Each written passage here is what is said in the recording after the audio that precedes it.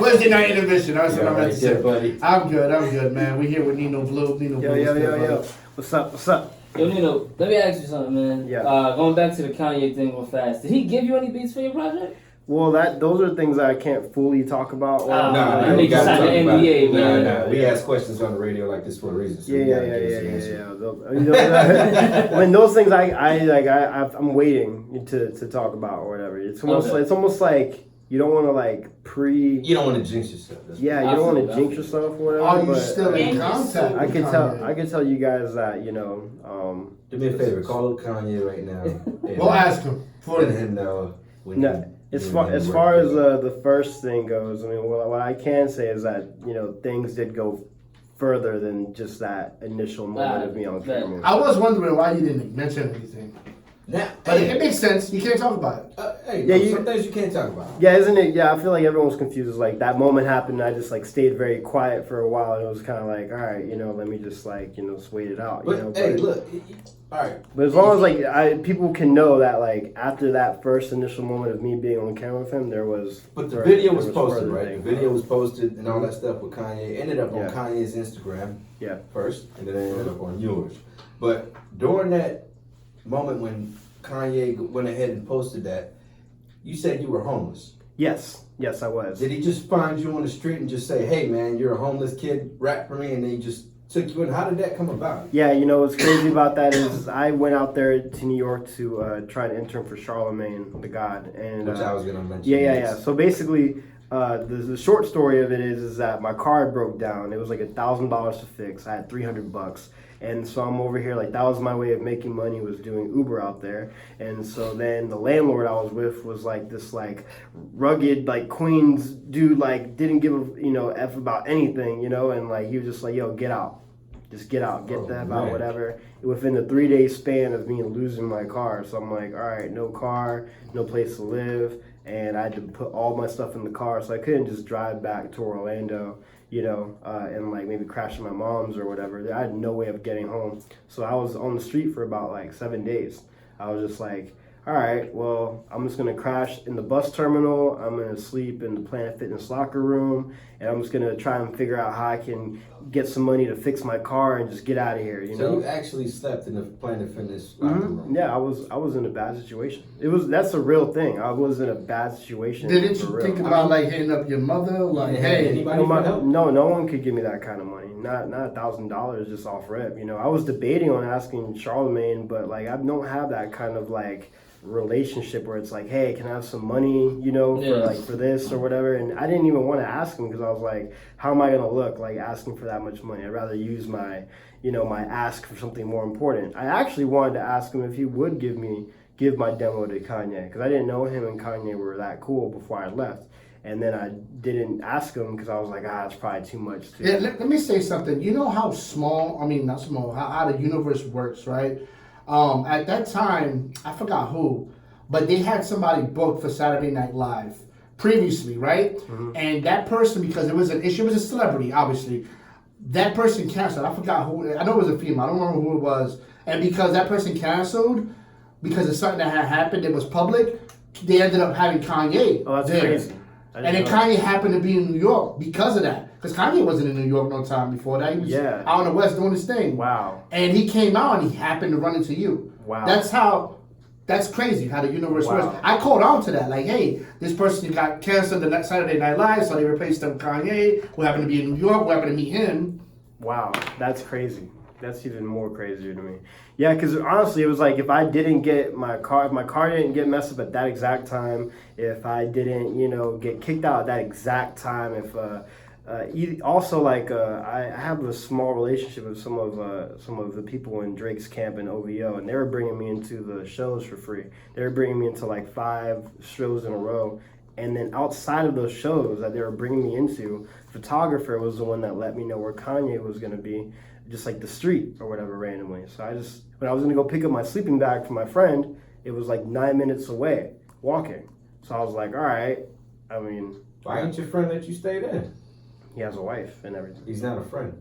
Oh no, I mean it was like a friend I had made. It was like a friend that I had made in New York that was still getting to know me, But he was nice enough to hold my sleeping bag at his job, okay, you know, okay. at his job or whatever. 10% of your friend. Yeah, you know, and also no one's gonna like keep me there for that long because even if I found a place to stay, I still have to get my car fixed, and that could take a month or whatever of getting money to fix it and everything. So you and Charlamagne, you guys were close or something, right? We were. I wouldn't say we're I've seen like. a few videos of you rapping for him. And Yeah, I wouldn't say we're like close, like we're like brothers or something. I Honestly, didn't mean it like. Oh yeah. Oh, honestly, I do look at him like a big brother. You know, like I look at him and his friend Wax and also his cousin. When I came to New York, they always showed me love. So I have a lot of respect and love for Charlamagne and his whole, people that are surrounded with him or whatever. So they're really nice. I think they really put belief in my head that I can do anything I set my mind to, because I went there and.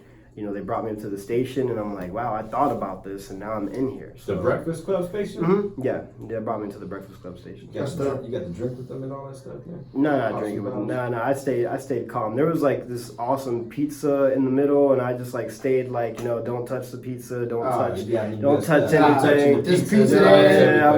I'm just chilling. I'm just like I'm not even supposed to be here. I'm always on my best behavior when it comes to stuff like that. But yeah, I think it's crazy you said that about Kanye, because I think about that a lot. Like that exact moment, the exact. He could have been anywhere else in the world, Yeah, and then. But your man's gave you the plug on where he was gonna be. And I just went out there like hoping, like, yeah, man. I'm gonna stand out here and hope the guy. So he was just rapping and he was passing by, right? No. What happened was that I had got the tip from this photographer. I was getting my sleeping bag.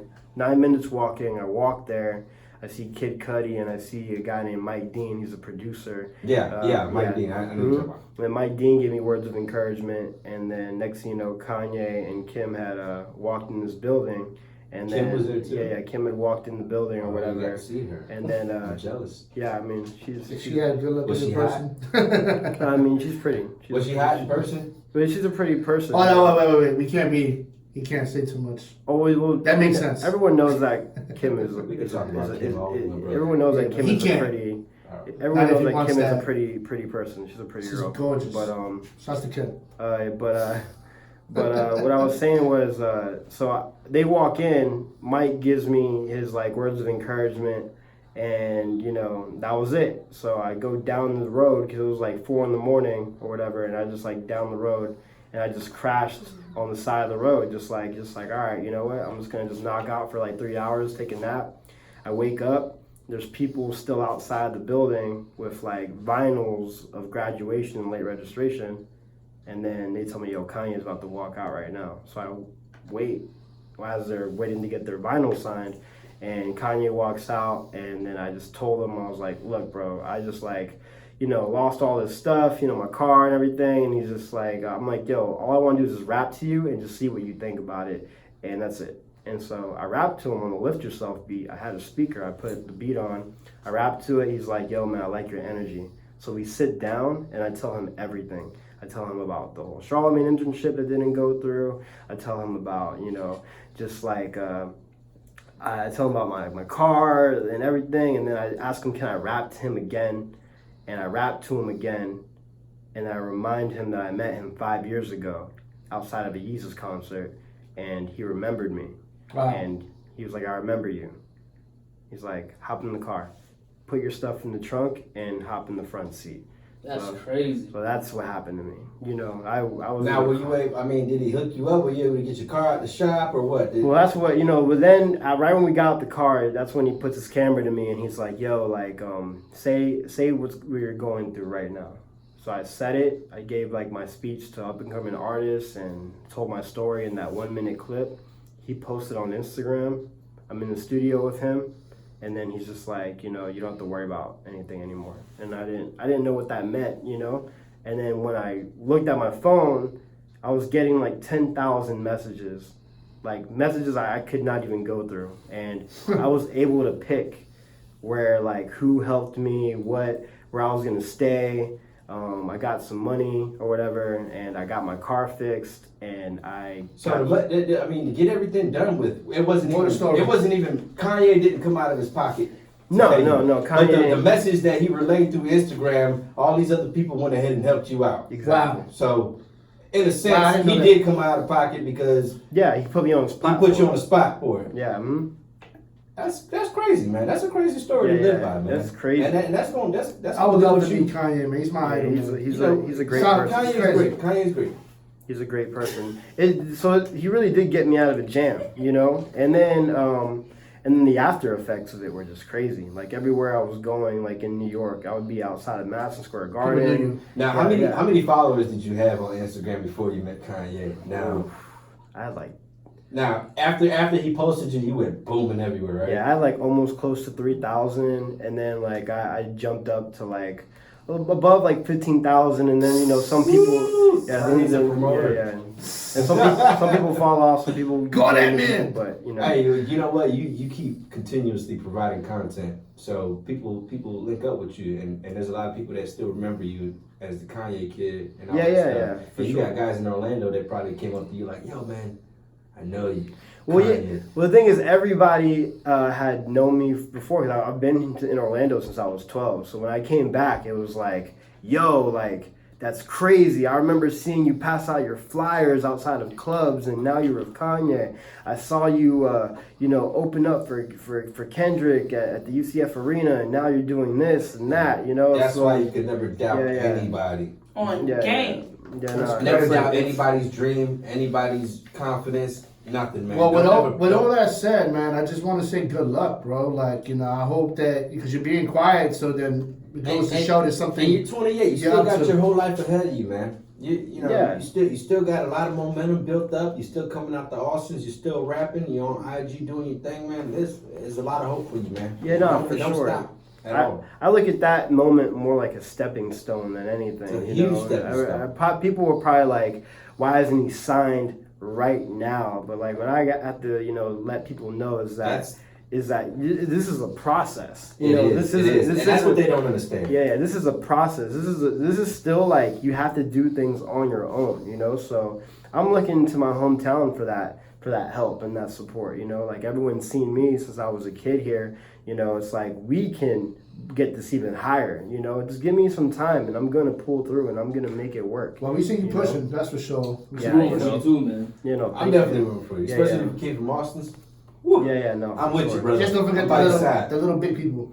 No, that's why I'm still, going. That's why I'm still supporting everybody in the hometown. I love the love. So I if you get. was to go to Cali and get signed, we're gonna open up an Austin's over there, buddy. That'd be cool. That's actually funny. That'd be crazy. I'm going to Los Angeles for the. You gotta build the same exact building. I'll be in LA in June. Yeah, dope. Yep. Oh yeah, I'll be in LA in June. Out there for Nipsey. I'm gonna show my respect in June. Oh, dope. I will be there. I'll be there. So let's link up, brother. Yeah, I'm down. And also, I got a show May 21st at Soundbar, the Far From Home show, May 21st on Biggie's birthday. Ooh, that's going to be crazy. Right. We're going to be celebrating the life of the Notorious B.I.G. It's going to be my first headlining show in Orlando, Florida. I just want my friends, my family, my supporters, everybody to come out there. It's a 350-person venue. So I'm just going to do everything I can to put on a great show for you guys. So I'd appreciate y'all come out. Most definitely. Yeah, May 21st. Hey, throw out your Instagram and all that. Yeah. Social media. My Instagram. Get some more followers. Yeah, it's Nino Blu, NINO _BLU_. And same for Twitter. So just go out there and check me out. And also on Apple Music, Spotify, and Tidal. We appreciate you coming out to 98.5, all of us, and you're doing great, man. Keep hustling, keep doing your thing, and I hope you and Kanye can link up back again. Yeah, he's a good dude. Keep coming out the Austins as you always do, brother. Yeah, appreciate you. Thank you so much, man. Appreciate it. Guys, stay tuned. It's Cream Money Music on 98.5 The Y. Hey. Yeah. We ain't doing commercials? Huh? We ain't doing commercials?